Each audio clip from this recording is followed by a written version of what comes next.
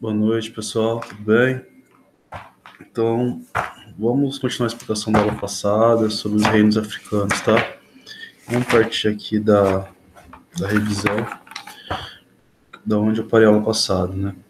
A sociedade africana, pessoal, o continente africano, ao contrário do que muita gente pensa, não é um continente, não tem uma cultura única, não tem uma etnia única.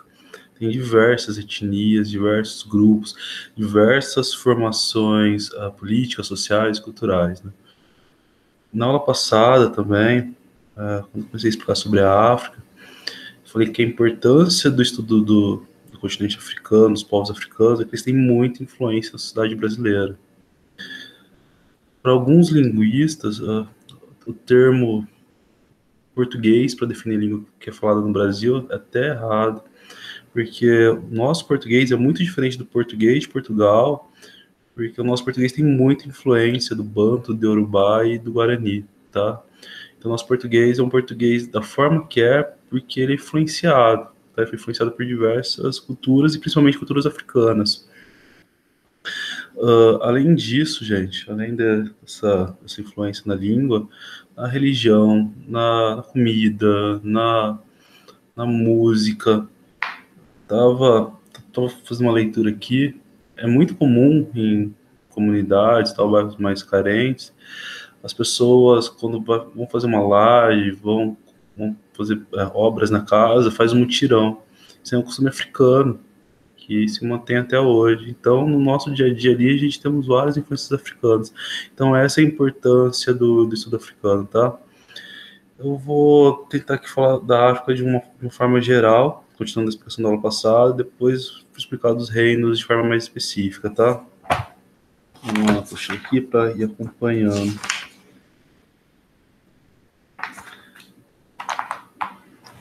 Então, vamos estar falando sobre o que a África tem em comum. Aqui são várias etnias diferentes. O que une essas etnias? Primeiro, lá a oralidade, a fala tem muita importância. Essa matéria que eu estou explicando para vocês é o período da África do século IV, século V, até o século XVI, tá? Século XV. Nesse período, do século IV, século XV e até hoje, a oralidade é muito importante, a fala é muito importante na África. Hoje, praticamente, em todos os lugares da África ali, se utiliza a escrita. Tem lugares que não utilizam a escrita ainda, mas grande parte do continente africano usa a escrita. Na época, já tinha reinos que tinham escrita, mas tinham diversos reinos que não tinham escrita. Mas mesmo esses que tinham escrita e que têm escrita hoje, eles dão muito valor para a oralidade, porque é transmitido de uma geração para outra. Uma pessoa importante nessa função de transmitir são os griots, ou grios, eu não sei como se pronuncia corretamente. Os griots, eles eram e são as pessoas encarregadas de guardar as tradições, as histórias, a parte religiosa do grupo social da população, do grupo social que ele vive, a sociedade que ele vive ali. Então ele é encarregado. São escolhidas crianças, e essas crianças têm que ficar aprendendo, têm que ficar escutando sobre a religião, as histórias, as tradições, e tem que guardar com ela, e tem que ficar e passa. Quando tem eventos, quando tinha eventos de festas, tal, era e é muito comum os griots cantarem para contar a história. Eles são uma espécie de trovadores, eles vão cantando ali e vão falando sobre a história, sobre a religião, tudo mais. Então isso é uma característica comum em vários lugares da África. Vários lugares da África tem esses griots até hoje, tem. Outra característica comum, pessoal, na África, não são em todos os lugares, mas em bastante lugares da África, é relacionada à religião. A maioria dos africanos hoje segue o Islã. Isso aí começou lá para o século VII. O Islã começou a ser difundido no norte da África, e depois vai passar para a região do Sahel ali e tal. Mas sobre religião, eu sei que a maioria são muçulmanos, mas lá tem bastante religiões tradicionais. O que são religiões tradicionais? São diferentes religiões, com diferentes rituais, tal, diferentes dogmas, porém, essas religiões têm algumas características em comum. Que características são essas? Primeiro, os lugares que seguem as religiões tradicionais da África, não há separação entre o que é religioso e o que não é religioso. A religião está acontecendo a todo instante, todo momento eles estão vivendo a religião. Vamos dar um exemplo. Vai cortar uma árvore, vai matar um animal. Eles acreditam que esse animal, que essa árvore tem espírito. Então, no meio da caça, abater o animal, eles iam e vão até hoje, fazem uma oração para aquele espírito, agradecendo aquela carne, tem que cortar uma árvore. Então eles vão lá também e fazem uma oração porque precisa cortar a árvore. Então, para eles, né, que seguem essas religiões tradicionais, o que é religião e a vida social não são inseparáveis. Não tem um momento da religião. A religião ela é desenvolvida em todos os momentos, tá?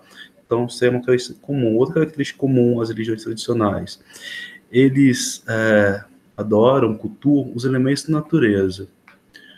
O rio é cultuado, o trovão, o mar, a floresta. Então, todos esses elementos são cultuados. Em alguns lugares até sentimento, o amor é cultuado, a caridade e tal. Além de cultuarem os elementos da natureza, as religiões tradicionais, elas também acreditam nos ancestrais. Elas acreditam que os ancestrais, de alguma forma, eles voltam, então eles acreditam na vida após a morte, eles voltam para orientar, para resolver uma questão, tal. Então também acreditam na questão dos espíritos, tá? Então são características comuns, características religiosas. Até os lugares que seguem o Islã, não tem nada de espírito, tal, acreditam no Deus único, são monoteístas, eles são influenciados pelas características das religiões tradicionais, tá? Então isso daí é outro elemento comum da África, a religião. Na África, pessoal, em diversos reinos, lá na África, sim, existia uma diversidade, como eu falei, muito grande. Então, tinha reinos, tinha tribos, tinham impérios, e tudo coexistindo ao mesmo tempo, tá? Então, tinha povos que eram nômades, que ainda viviam da caça e da coleta de frutos, enquanto tinha reinos gigantescos, e eles todos lá vivendo ao mesmo tempo, tá? Uma outra característica, que não era em todos os reinos, mas acontecia bastante, era a importância da família da mulher. Era muito comum diferentes sociedades ali se ligarem por casamento. Então, pegavam uma pessoa de uma sociedade, casava com uma outra pessoa de outra sociedade.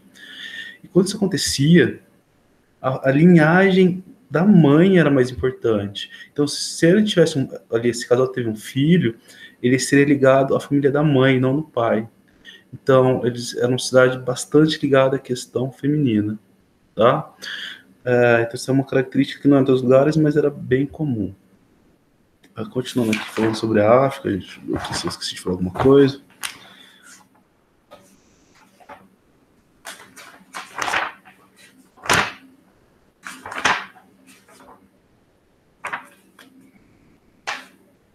Vamos lá, pessoal. Continuando aqui falando sobre a África. Na África, os rios eram e são muito importantes. O Rio Nilo, deixa eu ver qual é o rio aqui, para não esquecer. O Rio Níger, o Rio Zambeze. Lá, pessoal, as civilizações dão muita importância para os rios. Por quê? Primeiro, porque a agricultura normalmente é feita na margem do rio. Segundo, o comércio. Os rios são usados como rotas comerciais, tá? Então, os rios africanos são de extrema importância, tá bom? Continuando falando sobre a África. Na África, pessoal, na região do Sahel, tiveram vários reinos ali extremamente poderosos, pessoal. Essa região é uma região logo abaixo do deserto do Saara, tá? Eu vou tentar falar desses reinos. O primeiro grande reino que teve foi Gana. Nesse reino, pessoal, eles davam, a grande atividade comercial deles era o ouro. Eles dominavam várias minas de ouro. Eles dominavam com bastante comércio de sal, bastante comércio de sal. E eles dominaram rotas comerciais. Onde as pessoas passavam para fazer comércio, eles acabaram invadindo e tomando essas rotas. Tá? Então, essas rotas passaram a ser deles. E as pessoas que queriam passar por esses lugares para comprar e vender coisas tinham que pagar uma espécie de pedágio para eles. Então foi um reino muito, muito poderoso. Os árabes, eles dominam o norte da África. Então, essa parte aqui da África. Ver se dá para vocês verem aí. Essa parte rosa aqui, ó, parte de cima. Eles dominaram essa parte. E aí, eles acabaram influenciando as pessoas a seguir o Islã. E entre eles, tinha grupos de pessoas nômades que viviam de fazer comércio no deserto. E esses grupos acabaram se convertendo também ao Islã, viraram muçulmanos. E eles faziam comércio com Gana. E nesse comércio, entre esses nômades do deserto, com Gana, várias pessoas em Gana acabaram se convertendo ao Islã. Porém, o rei continuou seguindo as religiões tradicionais, tá bom? Continuaram seguindo as religiões tradicionais da África. Deixa eu ver se eu estou falando coisa sobre Gana.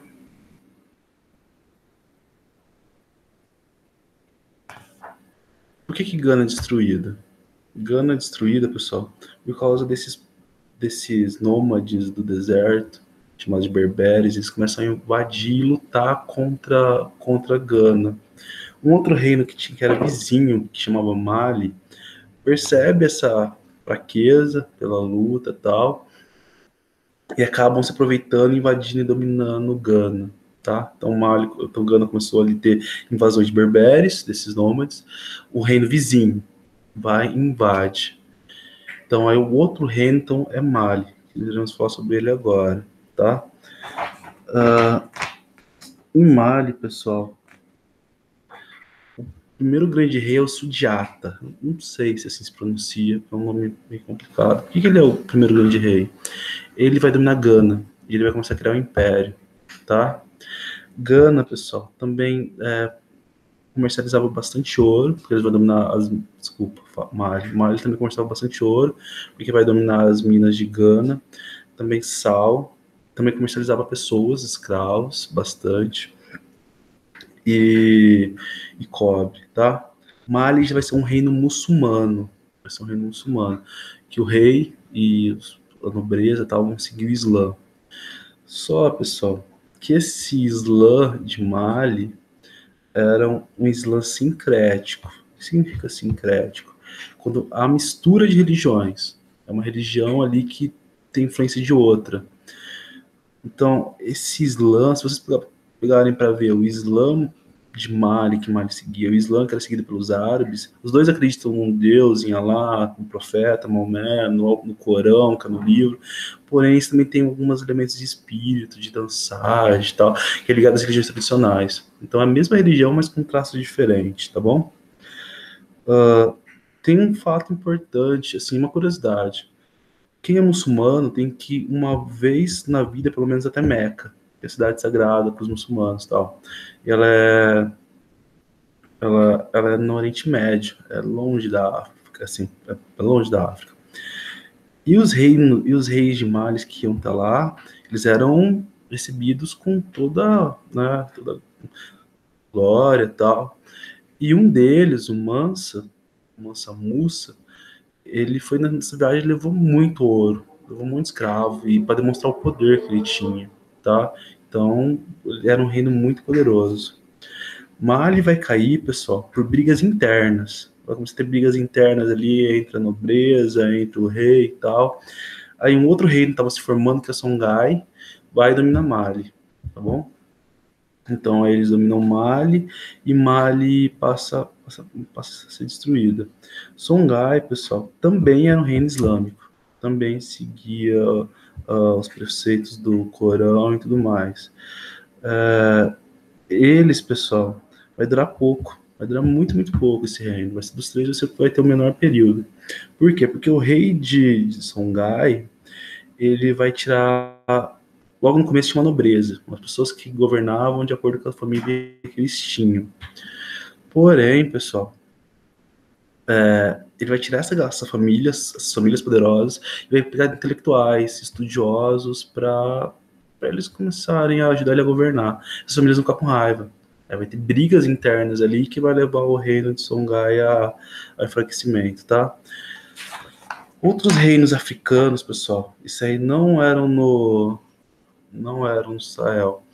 Esses reinos que é importante são as cidades iorubás. Serão cidades independentes, tá? Cidades independentes. E quando os portugueses chegaram na África, eles ficaram impressionados com o desenvolvimento dessas cidades iorubás, tá? Elas eram muito, muito desenvolvidas. E esses reinos iorubás eram mais ligados à agricultura, tal. E essas cidades, elas eram organizadas de acordo com o orixá, o elemento da natureza que eles seguiam. Cada cidade iorubá seguia um elemento da natureza. Eles se organizavam ao redor da questão religiosa, tá? E a principal cidade era Ifé, dos iorubás. Ifé era a cidade onde eles acreditavam que o deus Olorum, se não me engano o nome do deus, Olorum nasceu, que seria o deus principal, ou alguns falam que é porque eles não são politeístas, que o Olorum é o único deus, e os orixás são expressões de Deus. Mas, enfim, é onde tinha esse principal Deus. Então, a cidade principal, pessoal, era ligada por religião, não era por questões políticas e tal. E eles não se organizavam em reinos, cada cidade era independente, tinha sua própria administração e tal, mas eles tinham praticamente a mesma etnia e a mesma religião, só que cada um seguindo um deus, como se fossem as cidades da Grécia antiga, tá? Pra vocês terem uma relação sobre isso. Vamos ver aqui o que falta falar para vocês.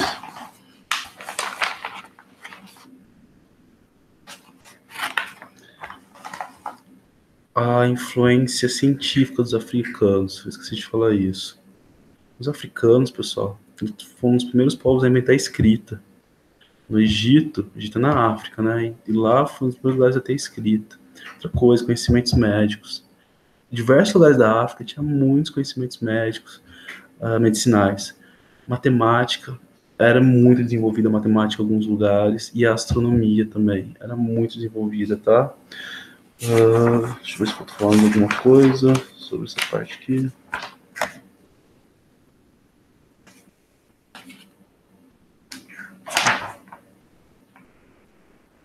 Então vamos lá, vamos continuar.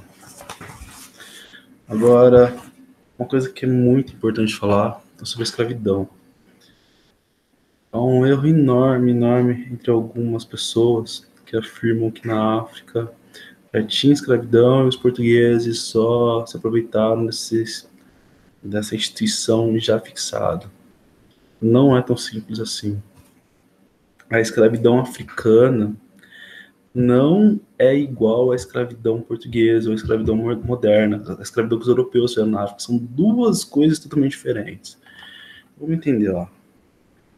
Diversos lugares do mundo, em diversos períodos históricos, fizeram escravidão, tá? Então, existia escravo entre os romanos? Sim, eles escravizavam pessoas ali deles mesmos, pessoas de outros lugares. Existia escravo entre os gregos, mesopotâmicos, egípcios, persas. Os diferentes povos escravizaram. Então, teve escravos brancos também, escravos com características asiáticas também. Então, as diferentes etnias escravizaram, tá? Nessas diferentes etnias, há uma característica comum para poder escravizar. Escravos eram ou prisioneiros de guerra. Duas tribos lutam, ou dois reinos. O reino que vence pega as pessoas que sobreviveram do reino derrotado e escravizam ela. Normalmente era assim, em diferentes lugares. Segundo, dívida. Uma pessoa estava devendo, a pessoa que queria receber recorria ao político, ao líder ali, e esse líder escravizava a pessoa. A pessoa virava escravo do outro para pagar dívida. Terceiro, crime. Alguns crimes eram... a pena era a escravidão. Na África segue esse mesmo esquema. Então não importa se você era negro, se você era branco, se você era asiático, se uma tribo lutou com a outra, ou um reino lutou com outro, ou um povo lutou com outro, o derrotado seria escravo independente da etnia. E na África, pessoal, não em todos os lugares, mas era em bastante lugares, tá?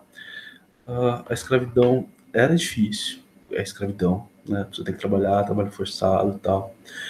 Porém, as pessoas não eram tão maltratadas igual foram aqui na América Portuguesa, igual foram no Brasil. E tinha em alguns lugares tinha uma relação que era mais ou menos assim. Eu fui escravizado, minha tribo perdeu e eu sobrevivi e eu fui escravizado. Quando eu tivesse um filho, esse meu filho não seria escravo, ele não seria cidadão, ele não teria os mesmos direitos da população ali, ele não seria escravo. E o meu neto, o filho do meu filho, já seria um cidadão, então ele seria assimilado pela sociedade. Então isso acontecia em vários lugares, tá? Então é uma instituição muito diferente a escravidão africana e a escravidão europeia, a escravidão moderna da Europa. O que os portugueses falavam para escravizar os negros? Falavam que os negros eram inferiores, falavam que os negros não tinham alma, então eles poderiam ser escravizados. E a escravidão negra era um favor que os europeus estavam fazendo aos povos pretos, povos negros. Por quê? Falando que estavam pegando eles, que eram sem alma, inferiores, estavam ensinando eles a viver com um povo civilizado, que era o branco. E eles criaram várias teorias racistas. E nisso, então, não podemos esquecer que essa instituição aqui no Brasil, pessoal, esse tipo de escravidão, com essa ideia racista, com essa ideia preconceituosa, durou 300 e poucos anos. Eu não lembro que eu tenho que fazer a conta, mas é 330 alguma coisa, se eu não me engano. E que a gente está vivendo sem essa escravidão faz pouquíssimo tempo. Faz 132 anos, vai fazer 132 anos. Então faz pouquíssimo tempo que a escravidão acabou, pensando na história. E isso tem várias marcas na sociedade atual. Quais marcas? Quando acabaram com a escravidão no Brasil, trouxeram os negros para casa de forma forçada, acabou com a escravidão. A ideia não era transformar o negro em cidadão. A ideia era excluir o negro. Então, o negro não teve acesso à escola, não teve acesso a trabalho, não teve acesso a diferentes questões, direitos sociais, não podia votar. Assim, como você não podia votar? Já tinha, logo um ano depois do fim da escravidão, foi criada a República. Mas para poder votar tinha que ser letrado, tinha que saber ler. E a maioria dos negros não sabiam ler, tá? Então, a questão, o negro foi excluído. Então, isso tem traços hoje no Brasil, traços de que a maioria dos negros ainda não tem acesso, vivem em bairros mais pobres, tal, porque faz muito pouco tempo que acabou a escravidão, e a escravidão não foi acompanhada de uma ideia de inclusão social para a população negra, tá? Outra coisa, tem duas religiões, tem mais de duas, mas tem duas religiões que são mais famosas aqui no Brasil, que elas têm origem africana, que é o Candomblé e a Umbanda. O Candomblé, pessoal, é uma religião que misturou elementos de diversas culturas africanas aqui no Brasil. Pra vocês entenderem, ó. Lembra que eu falei para vocês que religiões tradicionais cultuavam elementos da natureza? Então, uma região da África cultuava o oceano. A outra região cultuava o rio. A outra cultuava o trovão e a floresta. Os negros não foram trazidos à força do mesmo lugar. Os europeus pegavam negros de diferentes lugares da África, tá? Até para dificultar a comunicação entre eles. E aí, quando eles iam expressar a religiosidade deles, cada um estava cultuando um elemento da natureza diferente. Eles decidiram se unir e cultuar esses elementos juntos. E aí, a grosso modo, é assim que vai surgir o Candomblé. Então, o Candomblé é uma religião que foi criada no Brasil, porém, os orixás cultuados, os elementos da natureza cultuados, já existiam na África. E aqui eles misturaram. Então, houve um sincretismo. Então, houve mistura de diferentes religiões tradicionais africanas para criar o Candomblé. Então, o Candomblé é uma religião criada no Brasil, mas de influência africana. A Umbanda é outra religião de influência africana, criada no Brasil, que também é sincrética. O que a Umbanda é, pessoal? A Umbanda é a mistura do cristianismo, do candomblé e do espiritismo, tá? Os negros, quando eles criaram o candomblé, eles não podiam cultuar os orixás. O Estado via como crime isso. Se eles estivessem ali cultuando a igreja católica medieval, desculpa, a igreja católica medieval, né, que era medieval, e o governo associou os cultos aos orixás aos demônios. Então, se eles fossem vistos praticando a religião deles, eles eram punidos, eram presos, apanhavam, tal. E aí, qual que foi a ideia de alguns grupos? Não de todos, de alguns, tá? Eles começaram a assimilar santos católicos a, a orixás. Por exemplo, deixa eu pensar em um aqui. São Jorge. São Jorge foi. Quando eles estavam ali, tinham que orar para São Jorge, eles assimilavam ele a. Não lembro, acho que é algum. E aí, para eles era o mesmo. Eles iam fazer uma oração para Jesus Cristo. Para eles, Jesus Cristo é o mesmo de Oxalá. Então, houve uma mistura de religião. Então, a Umbanda é uma religião sincrética, tá? Que ela foi criada no Brasil, mas tem influência africana e influência da Igreja Católica. Tá bom? Então, essas religiões são religiões brasileiras. Só que aí que tá, pessoal. As religiões que mais seguem discriminação no Brasil são essas duas. Porque essa ideia que foi criada na época do Brasil Império, do Brasil República, que essas religiões eram ligadas ao demônio, coisas ruins, tal, por ser religiões de negro, se mantém até hoje. Então são religiões que sofrem muita perseguição, tá?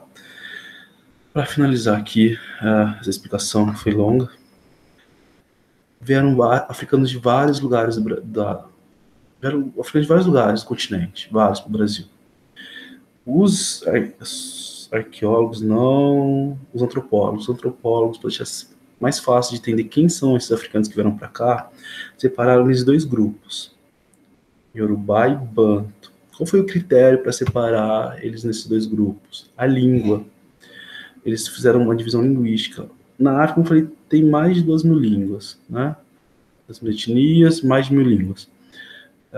Só que elas têm diferentes matrizes, mas as principais matrizes, as principais origens delas são o Yorubá e o Banto. Aí os antropólogos dividiram do tronco linguístico. Então, quais são da onde que, quando fala assim, quais são os grupos africanos que vieram para cá? São diversos, mas eles são divididos entre Yorubá e Banto. Tá bom, gente? Hoje é isso, e depois eu vou passar aqui as atividades que devemos fazer, tá? Falta fazer a correção, verdade. Correção da atividade passada. Vamos pegar aqui.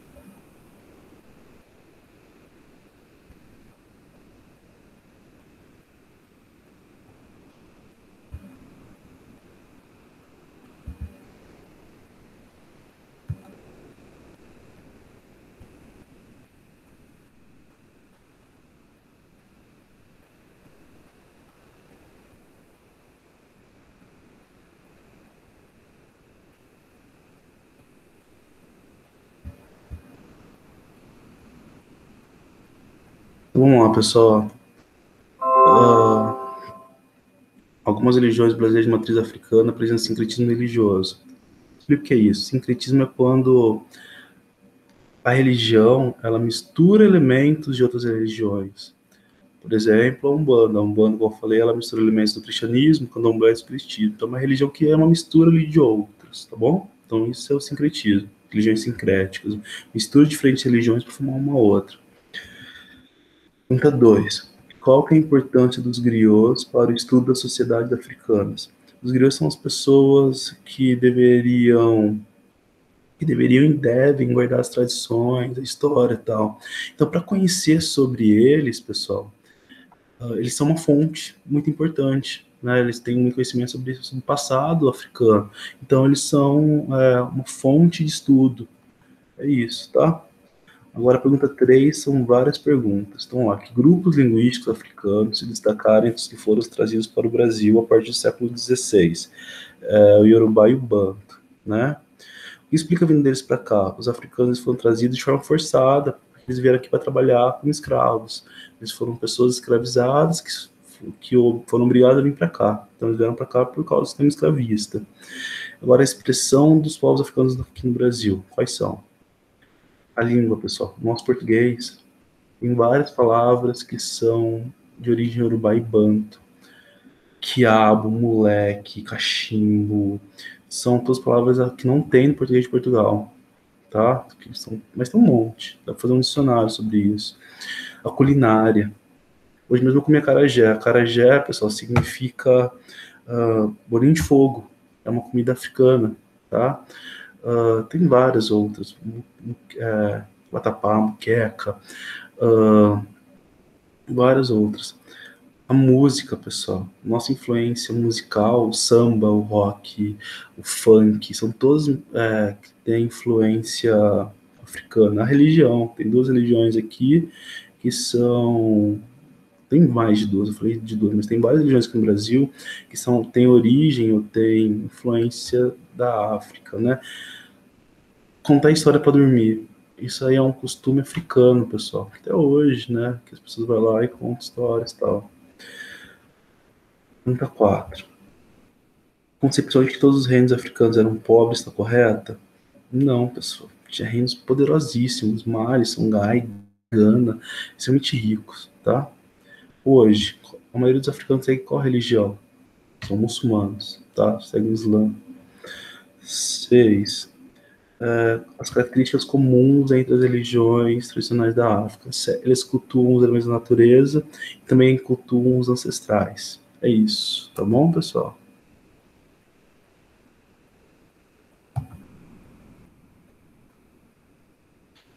Então, até mais.